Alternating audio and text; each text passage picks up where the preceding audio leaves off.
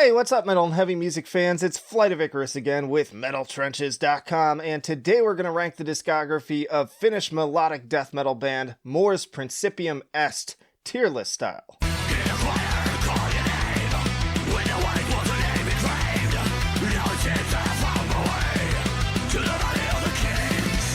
And hey, if you'd like to be kept up to date with the best and brightest metal bands and albums from the underground and above, then stick with me by hitting that subscribe button down below. Alright, but getting right into it, we've got 2003's Inhumanity, and I don't have a ton to say about this one. It's an okay starting record, kind of kick things off, but it's very sort of generic. I find it to be kind of dull. I know some people really enjoy this album, but even after repeat listens, it just was never one that really stuck with me, and kind of lacks that same sense of energy especially, like personality too, but I think particularly it's just a very kind of droll sounding album. So it's okay, it's not a bad album, I think C is fair. For me, where things really get started for MORS Principium Est is with 2005's The Unborn. This is a fantastic album, and for those who know the band, it's kind of a classic for a reason. An unsung classic, if you will. It's not as many people know about this as, say, like The Jester Race or The Gallery. Listen to that intro, though, with that bass and that epic guitar line. It's just... Pure is one of the best song intros, one of the best album intros, I think, that's ever been played. It's up there. I love these female vocals on this part, building up the beautiful tension aspects of it, and then boom. Just, if you love those Gothenburg sounding riffs, you are missing out if you're not familiar with MORS Principium Est. Whoa. Parasites of Paradise has this great drum intro leading into this very cool guitar riff there, and then that great synth. Like, that's what this band is all about, is they've got a particular way that they utilize the synth that's very energetic, and I just love it about them. Altered State of Consciousness, another great song, another great little chuggy intro there. Almost like Meshuggah-y in a way, but then it builds into this classic Melodeath sounding riff. Almost kind of like an At the Gate sounding style to this one. And then the title track, more amazing synth on this one. And more like classical strings. You start to draw some comparisons even at times to Flesh God Apocalypse. Like, it's not the same by any means, but there's certain similarities that I find to be undeniable when they really pitch up the symphonic elements. Yeah, really every song on this album is great. Like I said, it was kind of like an underground classic.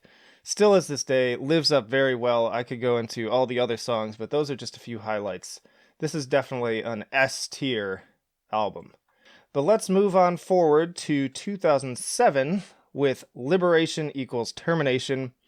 Some people really dislike this album because it's almost like campy in the energy at this point. It really stepped things up in terms of, especially the synth elements. There's more like electronic sounding elements on this one too. And again, some people didn't like that. I happen to love it. Like, this is, to me, like their most fun album. Like, just listen to the speed and the thrashiness. You can tell he's all in with the vocals. And then the symphonic portions are more bombastic, but I just love it. And start to finish, this album is ridiculous. Like, this intro kind of reminds me of Rammstein almost. Which, again, some people weren't ready for that, but I love it. And then it's got this great riff.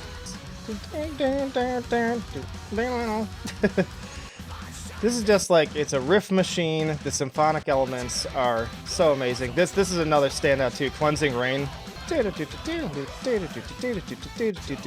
riffs, man, like so many hooks.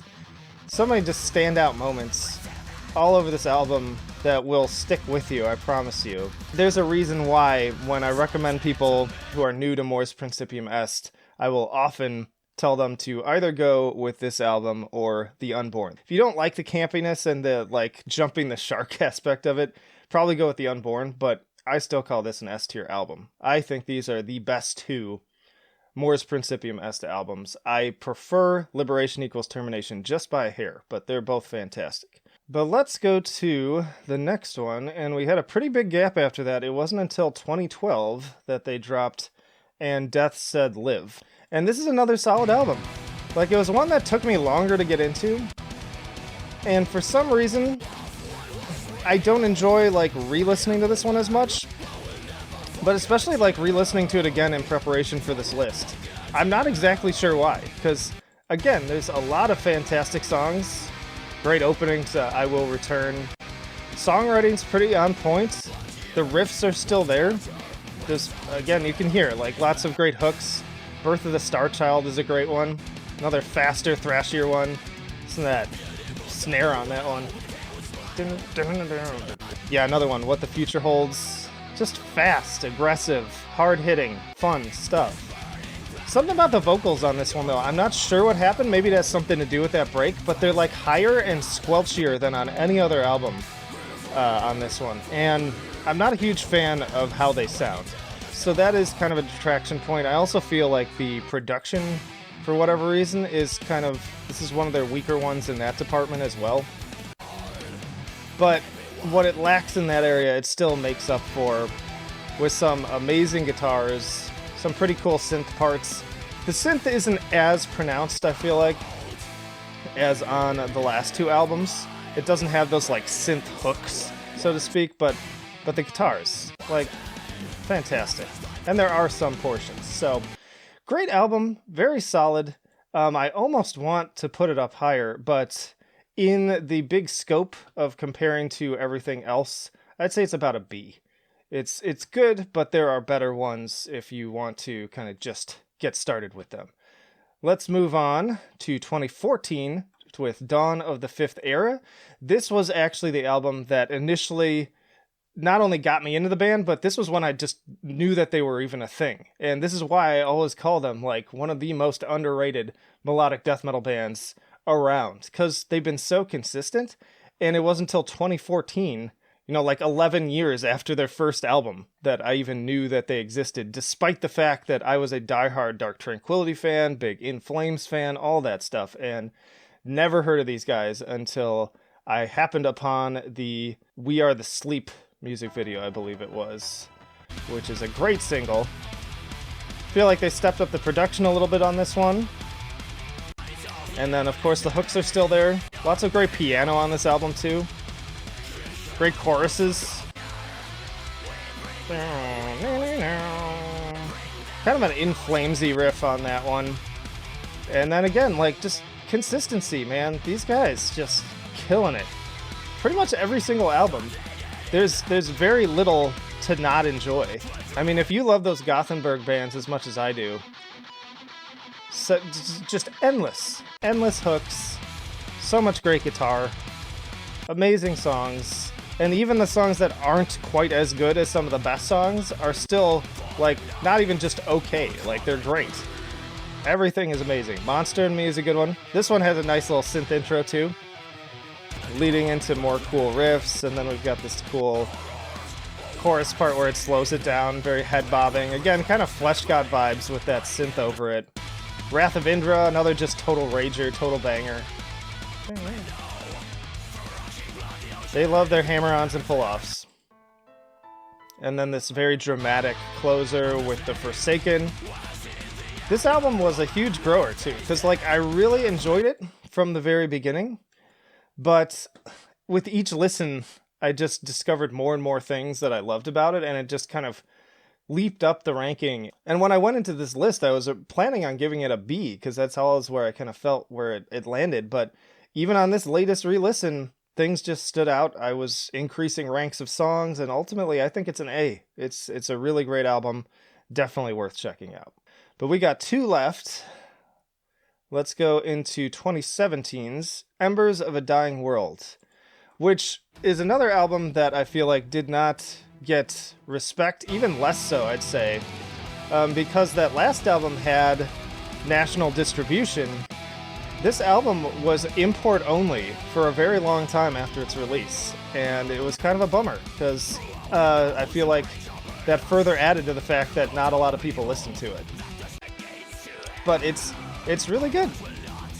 It's super solid. I do feel like this one has more filler on it than some of their other albums. It's a little bit longer. Into the Dark, another great intro.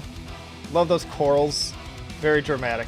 In Torment has this very kind of like long build, and then this amazing solo just ripping from the very beginning. That's another thing. This is lots of solos. I haven't been highlighting that a lot, but they are fantastic. But that is a very cool sweep section kicking this one off into another very aggressive song, and then another very big dramatic closer. This band, like, they always have a really great opener and a really great closer, I feel like, pretty much every single album. But yeah, some detracting points again, like a little bit more filler on this one. Nothing that's like boring or bad, but I feel like they could have tightened it up a little bit. And then the production, I feel like, took a little bit of a hit on this one as well. And it's one of those things where it's like there's a certain X factor that feels like it's missing. I also feel like the energy isn't quite as high as on some of the previous albums. And so for those reasons, with the songwriting still being very good, I'd say this is a B album as well. But let's go to our final album from 2020 this year, as I'm recording this anyways. The aptly titled Seven, their 7th album, just call it Seven.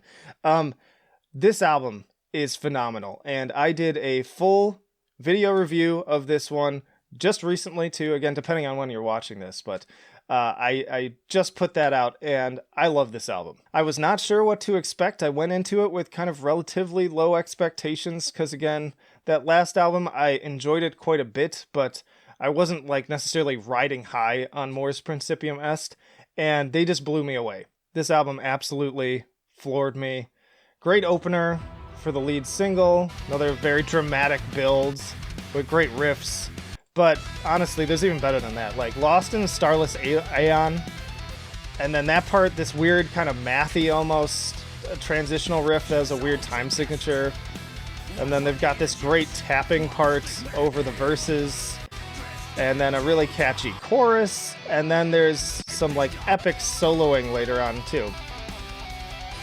Then you got March to War, which has this great string intro. I feel like the orchestral elements honestly sound better on here than I think they ever have. Like they sound much more organic.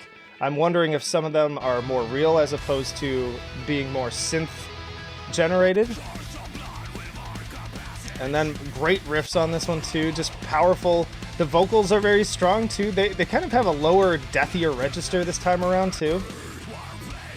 And then, oh man, this part, like, this is a band, you know, they're way into their career at this point, and I feel like this album just killed it. They just knocked it out of the park. This feels like they just said, hell, we're gonna like start up again. Like, we're gonna be reborn. And speaking of which, this track is called Rebirth, which is very appropriate.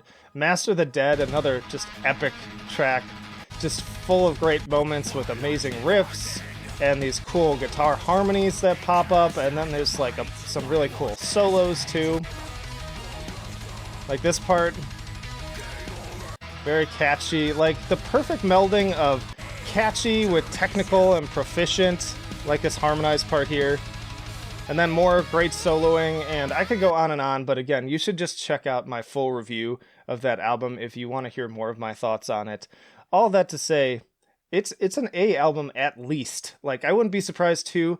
I don't feel comfortable giving it an S right now. I feel like in order to make it to S tier, you generally have to have had a couple of years kind of sitting and simmering and seeing how well the lasting power is and all that. But I think it could end up there. I think that could end up, it's already kind of in my top 3. But at the very least, it's A tier for sure. And if you all want me to just sort of like rank these, avoiding the fact that we've got ones that are on the same level, I would say from worst to best, Inhumanity, probably On Death Said Live, Embers of a Dying World, Dawn of the Fifth Era, Seven, The Unborn, and Liberation equals Termination, in that order. So if you want that straight ranking, there you have it. But yeah, those are my thoughts on MORS Principium Est, and I'd love to hear in the comments, what are your rankings? But that'll do it for now. Flight of Icarus signing off. I will see you in the trenches.